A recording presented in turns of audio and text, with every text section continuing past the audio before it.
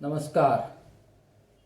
नमः परम कल्याण, नमः परम मंगल, वासुदेवाय शांताय यदुनाम पतये नमः.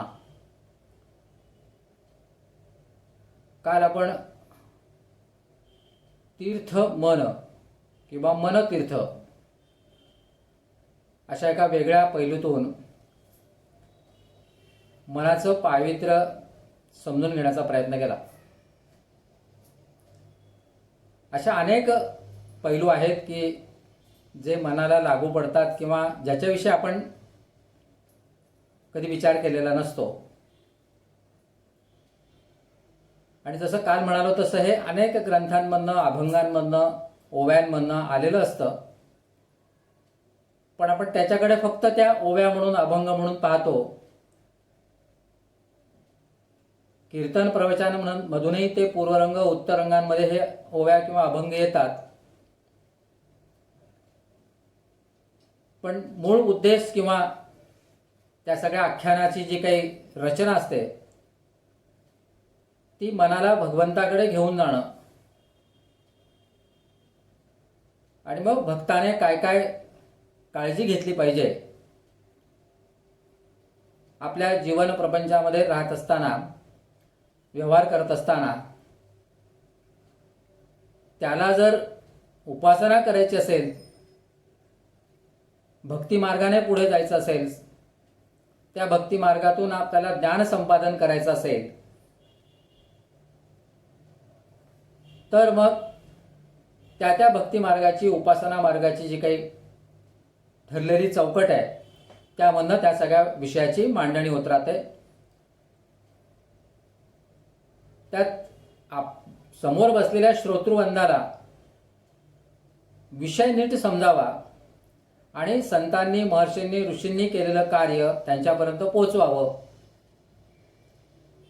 आणि महाजनो ये गथा पंथा असं जे म्हणतात की मोठ्या माणसांनी जो मार्ग घालून दिलेला आहे त्याच्या मार्गावर पुढे चालत राहावं. तोच आपल्या कल्याणाचा मार्ग आहे, उपाय आहे. या दृष्टिकोनातून सगळ्या या भक्ती मार्गाचा, उपासनेचा अवलंब केला जातो. तो योग्यही आहे.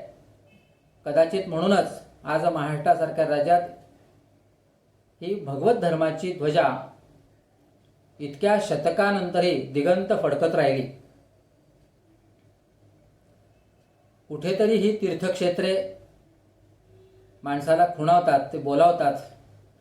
तिथे असणाऱ्या मंदिरांमुळे, मठांमुळे माणूस तिथे जातो आणि स्वतःच्या आत्म्याचं, मनाचं समाधान करून घेतो. एकूणच जीवनाची गाडी रुळावर राहील, सर्व व्यवस्थित चालेल. मनुष्य जन्माला आलो आहोत तर काहीतरी संचित आपल्या गाठीशी बांधता येईल असा एक सर्वसाधारण सामान्यपणे प्रयत्न केला जात असतो. त्याचा आज उपयोगही आहे. परंतु आपला गेल्या 8-15 दिवसाचा जो काही प्रतिपाद्य विषय आहे त्या प्रतिपाद्य विषयामध्ये मनोपासना ही जर या सगळ्या उपासनांना आपण जोडली किंवा थोडा प्राधान्यक्रम बदलून त्याची जर रचना केली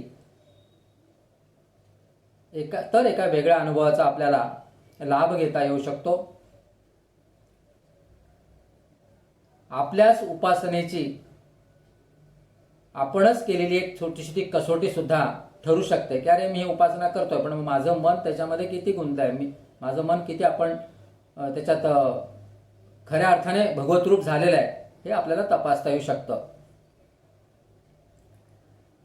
गंमत म्हणून सांगतो, आता सध्या कोरोना सुरू आहे आणि अनेक घरांमध्ये अनेक प्रकारची उपासना म्हणा, भक्ती म्हणा किंवा या ना त्या कारणाने भगवत कृपा आपल्यावर राहील आणि आपल्या या सगळ्या संकटांना कसा बचाव होईल यासाठी प्रयत्न चाललेले असतात. कारण श्रद्धा आहे, माणसाची श्रद्धा आहे, निष्ठा आहे, त्याचं त्याला एक बळ असतं आणि त्याच्यातनं आपलं मनोधैर्य टिकून राहावं असा त्याचा प्रयत्न चाललेला असतो. म्हणजे कधी न काही करणारी कुटुंब, माणसं आज नित्यनेमाने स्तोत्र पठण करतायत, एकत्रितपणे करतायत. कुटुंबांना बरोबर घेऊन करतायत. एरवी कधी रामरक्षा म्हणायला अनेकांना वेळ नसायचा, पण आज मात्र नित्यनेमाने अनेक ठिकाणी रामरक्षा म्हटली जाते. कारण रामरक्षा ही रक्षा करणारी आहे. त्यामधलं ज्याचे सगळं वर्णन आहे ते एकूणच आपल्या जीविताचं रक्षण करणारी अशी पूर्ण श्रद्धा प्रत्येकाच्या मनामध्ये आहे. किंबहुना ती सांगितली गेली आपल्याला आपल्या ज्यांनी बुधकौशिक ऋषींनी ती रामरक्षा तयार केली आणि त्याच्या विवरणामध्ये हा सगळा खुलासा झालेला आहे आणि त्याविषयी प्रत्येकाच्या मनामध्ये एक श्रद्धा आहे. पण त्याचा छोटासा गमतीचा भाग म्हणून सांगतो की ही रामरक्षा म्हणत असताना त्याची जी काही लय आहे, स्वर आहे, विचार ते म्हणत असताना म्हणणारा त्यात गुंगलेला असतो, पण प्रत्यक्ष त्याचं मन कुठेतरी भटकत असतं. हा 80% लोकांचा, 90% लोकांचा अनुभव आहे. तुम्ही करून बघा घरी प्रयोग. रामरक्षा म्हणतात, पण रामरक्षा म्हणत असताना मन कुठे भटकत असतं. त्याला तुम्ही मन एवढ्यासाठी म्हणतो की आपण मनाला तिथे आराध्य केलेलं नसतं म्हणून, आणि हे मन भटकतं. आणि मी जेव्हा रामरक्षा संपते तेव्हा फक्त रामो राजे म्हणे सदा विजय ते संपलं की मग झालं. इति बुधकौशिक ऋषी श्री रामरक्षा स्तोत्र संपूर्णम. पण त्या स्तोत्रामध्ये निदान काही गोष्टी आपल्याला काय सांगितल्या आहेत, त्यातल्या काही श्लोकांवर आपण काही चिंतन केलं आहे, मनन केलं आहे, असं फारसं होत नाही. अनेक घरांमधली परिस्थिती आहे की रामरक्षा म्हटली जाते, पण त्यामध्ये जे काही वर्णन आहेत, शिरोमे राघवोपातू भालम दशरथात्मजहा कौसल्य दृशोपातू विश्वामित्र प्रियश्रुती, कानांना, नाकाला, या नाकाचं, कानाचं, डोक्याचं तो रक्षण करतो. जानुनी सेतकृत पाहतो, गुडघ्यांचं रक्षण करतो. अशा प्रकारचं वर्णन त्याच्यामध्ये. पण आपण म्हणत जातो पातू पातू म्हणून जातो, पण त्याचा या शरीराशी कुठल्या कुठल्या अवयवांशी संबंध आहे याचं फारसं काही कोणी करत असेल अशी स्थिती आज नाही आहे. मग म्हणतात सगळे अहो आम्ही सगळं करतो, रामरक्षा म्हणतो, असं करतो, तसं करतो, पण रामरक्षा म्हणताना समोर रामईने आणि मनने अशी परिस्थिती असते. आणि हे कुठेतरी आपण आपल्यामध्येच शोधलं पाहिजे. आपल्याच मनाला साक्षी ठेवून त्याचं कुठेतरी चिंतन मनन केलं पाहिजे. आणि मग आपण करत असलेली उपासना म्हणजे या साधारण घरातल्या आता सध्याच्या उपासनेचं मी तुम्हाला एक साधं छोटं उदाहरण सांगितलं. हाच प्रकार काही फरकाने प्रदीर्घ काळ उपासना करणाऱ्यांच्या बाबतीत होत असतो. मनाला बरोबर घेऊन केली जाणारी उपासना मनाचा विचार करत नाही, हे आपल्या या मनोपासनेमधला एक महत्वाचा पैलू आहे. तो लक्षात घेणं आपल्याला गरजेचं आहे. आणि म्हणून हे मन कसं तीर्थरूप आहे, म्हणजेच काय तर त्याचा आदर पूर्ण धाक आपल्याला असला पाहिजे. जसं घरातले वडील असतात त्यांना आपण तीर्थरूप म्हणतो. आमचे तीर्थरूप आले म्हटल्यानंतर कसा एक धाक असतो, आदरयुक्त धाक असतो. तसा आदरयुक्त धाक या मनाचा आपल्याला वाटला पाहिजे. तसं होत नाही. मनाला आपण कधी आदरच देत नाही, सन्मान देत नाही. आता हे नाही नाही सांगण्याची वेळ अशी असेल की ती आहे, परिस्थिती आहे म्हणून ते सांगावं लागतं आणि त्याची जाणीवही करून द्यावी लागते. मनोपासनेच्या बाबतीतला हा एक अनावश्यक पण अनिवार्य भाग आहे असं म्हटलं तरी चालेल. म्हणजे मनाला नमन केलं पाहिजे हे जसं आपण कधी आपल्या विचारात घेतलं नव्हतं, तसं मन एखाद्या तीर्थासारखं आहे, तीर्थक्षेत्रासारखं आहे, याचाही कधी आपण विचार केलेला नसतो. आणि मग या सगळ्या पार्श्वभूमीवर आपल्याला जे काही हे आयुष्य मिळालं आहे, जीवन मिळालेलं आहे, हे एका सुवर्णसंधीसारखं आहे. आणि ही सुवर्णसंधी आपण नीट समजून घेतली पाहिजे. आपण अनेक संधी साधायचा प्रयत्न करतो जीवनामध्ये, आणि मग ते आपल्याला नेहमी सांगितलं होतं, अरे काय तू संधी सोडू नको, तुला मिळालेली संधी तू सोडू नको. संधी पुन्हा पुन्हा येत नाही. संधी एकदाच दारावर ताप मारते, नंतर मिळत नाही. आता त्या संधीचं स्वरूप अनेक प्रकारचं असतं. मग नोकरी असेल, कुठे ॲडमिशन असेल, कुठे काही असेल, कुठे काही असेल. प्रामुख्याने आपल्या सगळे जीवन व्यवहारांशी ती संधी की आपल्याला काही करायला मिळणं किंवा केलेल्यामध्ये आणखीन काहीतरी मिळणं, अशा अनेक संधींबद्दल आपण बोलत असतो प्रयत्न करत असतो, आपल्याला ती संधी मिळावी म्हणून प्रयत्न करत असतो. म्हणजे जीवनामध्ये येऊन अनेक संधींसाठी आपण धडपड करीत असतो, परंतु हे पूर्ण आयुष्यच एक संधी आहे आणि त्याचं सोनं करण्याचा प्रयत्न आपण केला पाहिजे. परमेश्वराने त्याच्याविषयी आपल्याला पूर्ण मोकळीक दिलेली आहे की मी तुम्हाला हे जीवन दिलेलं आहे, तुम्हाला हात दिले, पाय दिले, डोळे दिले, नाकं दिले, ज्ञानेंद्रिय, कर्मेंद्रिय आहेत, तुम्ही आता त्याचा उपयोग करून तुमच्या या जीवनाचं सोनं करा, या जीवनरूपी संधीचा उपयोग करा. पण या अर्थाने आपण कधी जीवन ही एक संधी असं काही फारसं बघत नाही. जीवनात येणाऱ्या संधी साधण्याचा मात्र आपण प्रयत्न करत असतो. हे जसं पूर्ण जीवनाबाबत लागू होतं, तसंच मन नावाची एक मोठं सोनं आपल्याजवळ आहे आणि त्या सोन्याचा आपण संधीसारखा उपयोग करून घेतला पाहिजे. ती एक संधी आपल्याला मनाचा स्वभाव समजून घ्यायचा आणि मनाच्या आराध्यतेसाठी, उपास्यतेसाठी, उपासनेसाठी ही संधी साधायची, हा देखील आपण विचार केला पाहिजे असं मला वाटतं.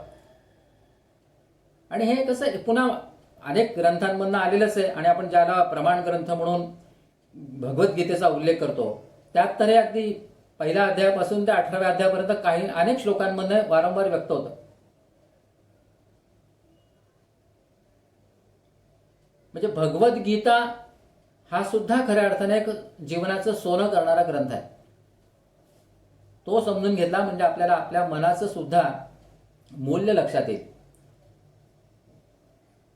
म्हणजे गीतेच्याच दुसऱ्या अध्यायामध्ये भगवंत अर्जुनाला सांगतात, यततो ह्यपि कौंतेय पुरुषस्य विपश्यति इंद्रियाणी प्रमाथीनी हरंती प्रसभम मन. हा श्लोक काय सांगतोय की इंद्रियांचा निग्रह करण्याचा प्रयत्न अनेक विचारी माणसं करतात, परंतु त्या प्रयत्नांचा विध्वंस करून मनाला ही इंद्रिय जबरदस्तीने ओढून नेतात. बाकीची इंद्रिय मनाला ओढून नेतात. हे भगवान श्रीकृष्ण अर्जुनाला समजावून सांगतात. काय सांगावं लागलं त्यांना की तू ज्या आता मोहाने ग्रस्त झालेला आहेस आणि त्यावेळेला इंद्रिय कशी प्रभावी होत जातात आणि मग तुझ्या मनामध्ये कसं द्वंद्व निर्माण होऊ शकतं, याची सगळी ती परिस्थिती अर्जुनाच्या लक्षात आणून देण्याचा त्यांचा प्रयत्न आहे. पण इथे दोन गोष्टी सिद्ध झाल्या. एक तर मन हे प्रभावी आहेच आहे आणि त्याच्यावर इतर इंद्रिय आक्रमण करतात आणि मनाला ओढून नेतात. आता हा मनाचा दोष नाही, मनाला ओढून नेत असेल तर हा मनाचा दोष नाही ना. पण ते मन आपण सांभाळलं पाहिजे आणि त्या मनाची आपण काळजी घेतली पाहिजे. ते मनच आपल्याला उपयोगी पडू शकतं. हा मोठा गर्भितार्थ या श्लोकामधनं भगवान कृष्णाने अर्जुनाला समजावून सांगितलेला आहे. अशाच प्रकारचा एक सुविचार सुद्धा येतो आणि त्यात असं म्हटलंय की अहबीर गात्राणी शुद्धंती मनशुद्धती विद्या तपोभ्याम भूतात्मा बुद्धीर ज्ञानेन शुद्धती.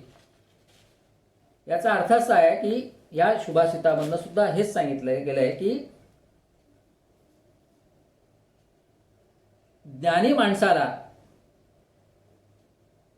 मनाचीच काळजी घ्यावी लागते आणि त्याच्या बुद्धीला शुद्ध करण्याचं काम हे ज्ञान करत असतं.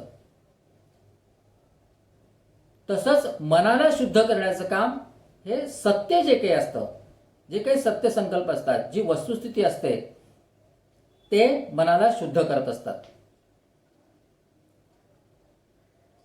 आता भगवंताने विचारी माणूस असा शब्द प्रयोग केला आहे आणि या सुभाषितामधनं ज्ञानी माणूस असा शब्द वापरलेला आहे. आता हे विचारी माणूस कोण, ज्ञानी माणूस कोणाला म्हणायचं, तर ज्याला ही आयुष्यरूपी संधी कळते, हे जीवन म्हणजे एक संधी आहे हे ज्याला कळतं आणि जो त्याचं सोनं करण्याचा प्रयत्न करतो तो खऱ्या अर्थाने विचारी माणूस म्हणता येईल. समर्थ रामदासांनी म्हटलंय, जगी सर्व सुखी असा कोण आहे, विचारी मना तूच शोधून पाहे. आता विचारी मना, तर मनाला विचारायचं का मन विचार करणाऱ्या मनाने ठरवायचं, असे दोन्ही अर्थ त्याच्यामध्ये येऊ शकतात.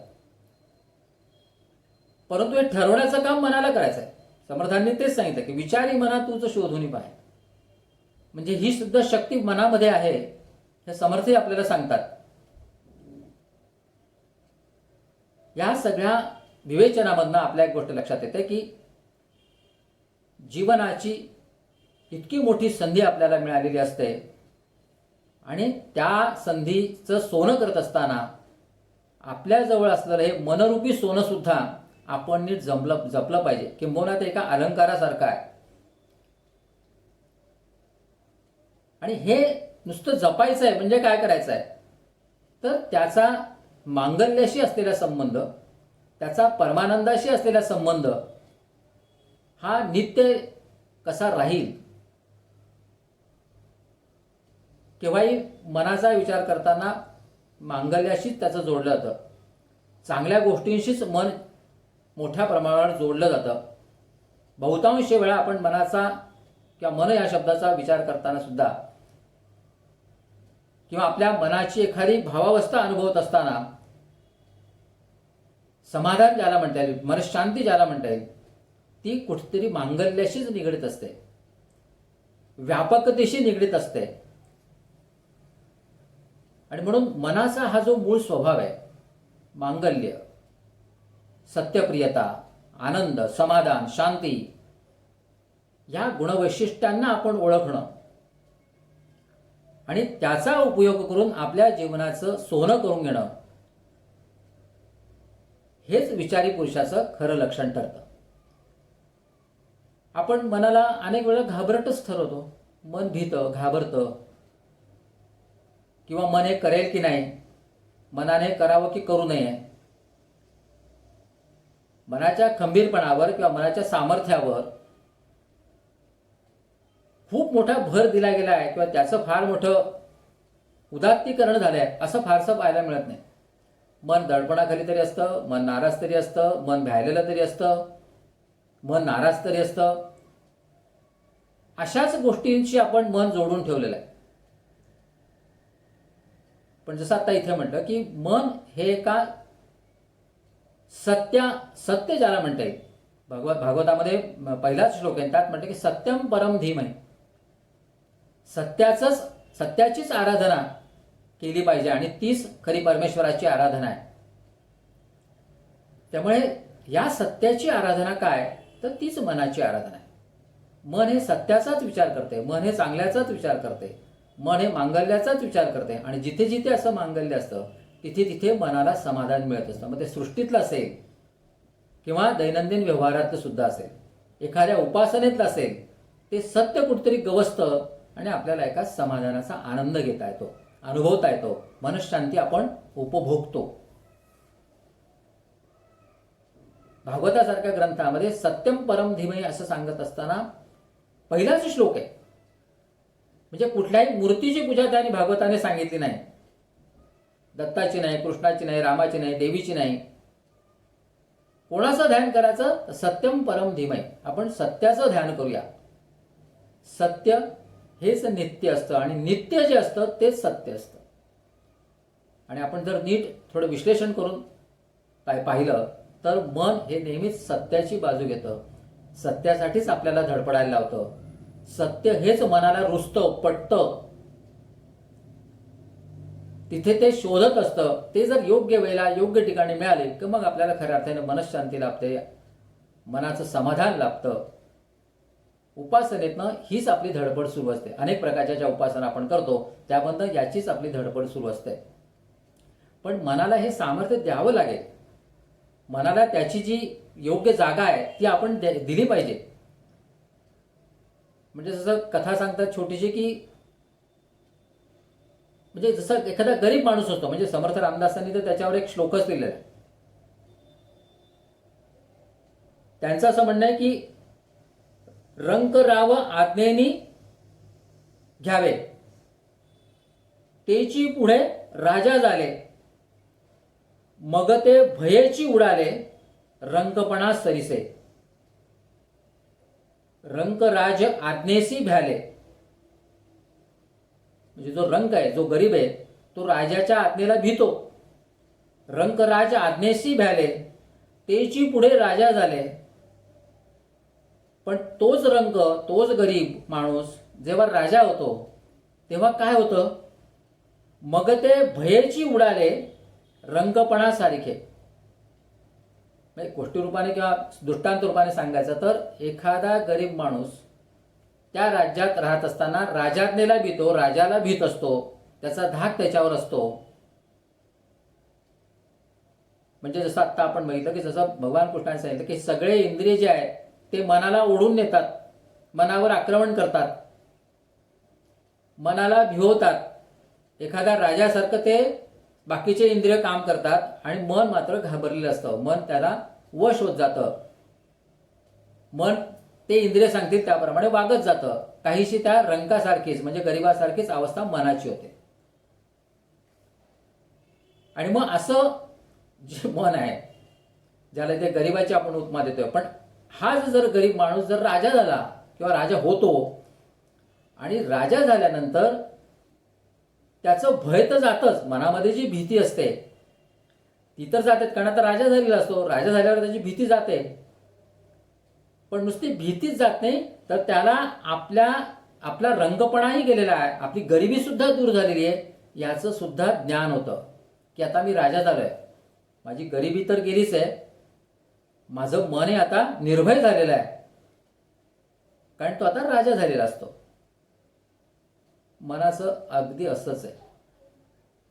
मन आपलं भीतं, मन घाबरतं, मन इकडे तिकडे घेऊन जातात, मनाला नियंत्रणाखाली आणावं लागतं. याचाच अर्थ काय? एक तर गरिबासारखीच अवस्था आहे ना मनाची. त्याला धरून आणा, त्याला आपल्या पाहिजे तसं वागवून घ्या. रंक आणि मन म्हणजे गरीब, एखादा गरीब माणूस किंवा गरीब बापुडं जे असतं, कुणी यावं, थपडा मारावा, कुणी काही करावं, अशी जी काही एखाद्या गरीबाची किंवा कमजोर माणसाची अवस्था असते तशीच मनाची असते. मनाला कुठेही वापरा, कसंही करा, कोणी थपडा मारा, दडपणाखाली लागलीच येणं. जसं गरीब माणसाचं होतं की तो लागलीच धाक दाखवला की तो घाबरतो, तशीच मनाची अवस्था असते. याचा जर आपण जरा तौलनिक अभ्यास केला तर हेच मन जर आपण राजा केलं, तेच मन आपण उपास्य केलं, आराध्य केलं, तर त्याचं भयही नाहीसं होईल आणि त्याच्यामध्ये जे काही गरिबीपणाचे जे काही गुण अवगुण आहेत ते सुद्धा नाहीसे होतील. एक सिद्धांत रूपाने या गोष्टीकडे जर नीट बघितलं, रामदासांनी फार सुंदर हा सगळा प्रकार उलगडून दाखवलाय. आपण ते आपल्या मनाशी जोडतो आहोत कारण ते तिथे संदर्भाने लागू पडत.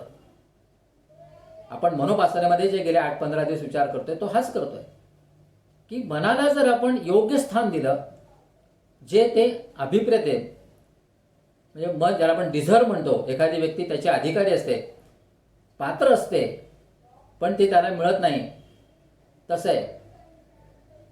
तसं मन अशा या उपास्यतेसाठी किंवा आदरासाठी पात्र आहे, ते त्याला दिलं पाहिजे आपण. ते जर दिलं तर मनाचं भिण्याचा जो काय, घाबरण्याचा जो गुण आहे, अवगुण आहे, तो सुद्धा नाहीसा होईल आणि त्याचं सामर्थ्य सुद्धा आपोआप प्रकट होईल. राजा झाल्यानंतर त्या गरिबामध्ये आपोआप सामर्थ्य येतं, कारण त्याचा स्वाभाविकपणे तो स्वभाव बदलतो की अरे मी राजा आहे आता, आणि सामर्थ्य यायला लागतं.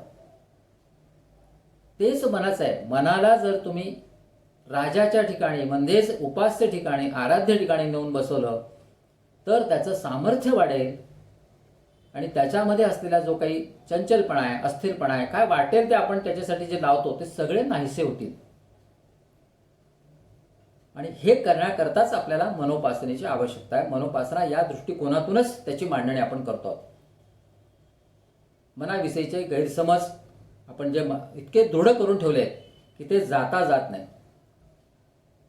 आणि मग आपली अवस्था अशीच गटांगळ्या खाणाऱ्या एखाद्या न पोहता येणाऱ्या आणि गटांगळ्या खाणाऱ्या माणसासारखी होते. कोणाच्या तरी आधाराने आपण जगतो, काडीचाही आधार आपल्याला चालतो.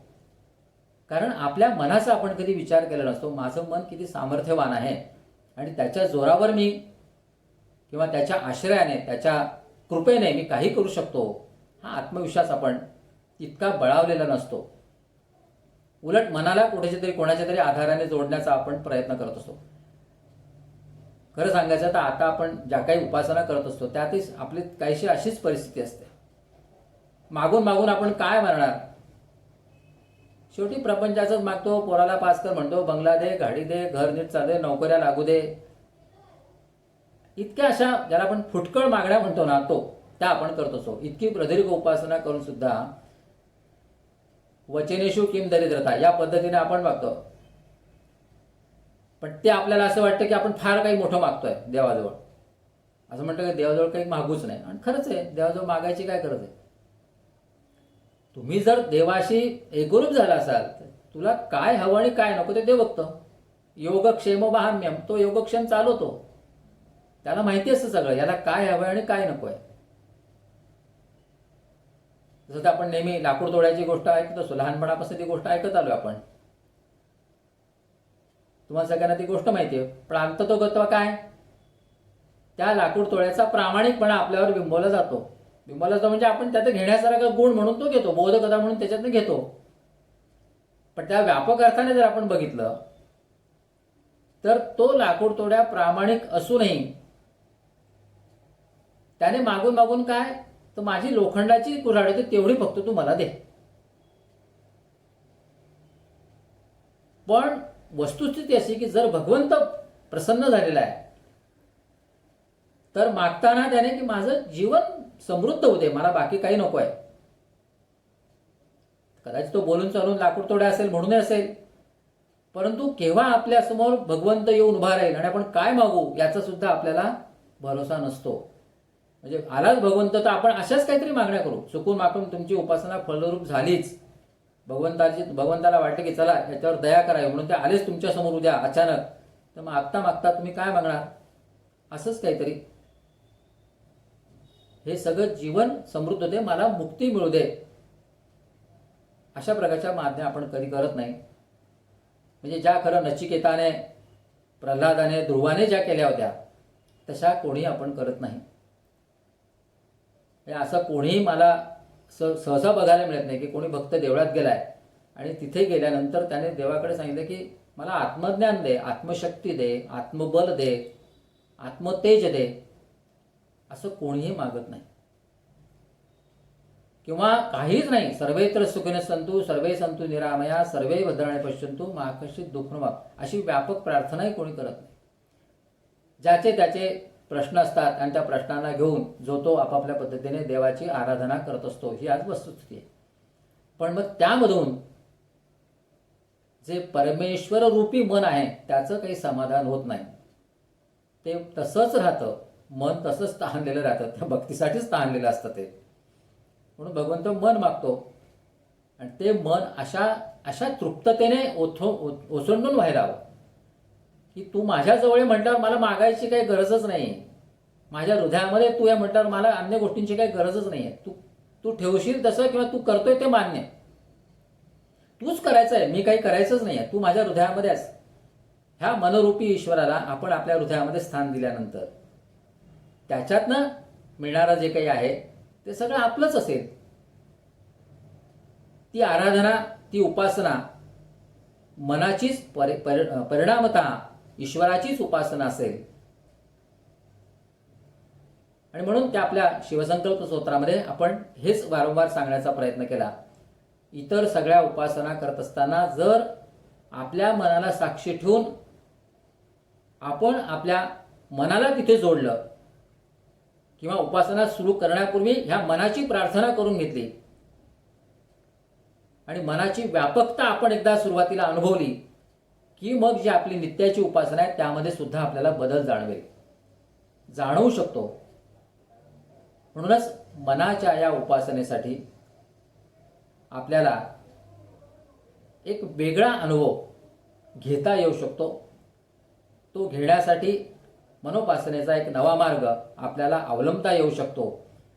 तो आपण करूया. त्याच्यासाठी सांगितल्याप्रमाणे शिवसंकल्प स्तोत्राचं नित्य पठण आपल्याला करता येईल आणि या मनोपासनेतला एक वेगळा आनंदही प्राप्त करून घ्यावा अशी प्रार्थना करतो आणि आज इथेच थांबतो. इति विद्या तपो योनिर अयोनिर्विष्णुरीडितः वाग्यज्ञेनार्जितो देव प्रियतांच जनार्दनः.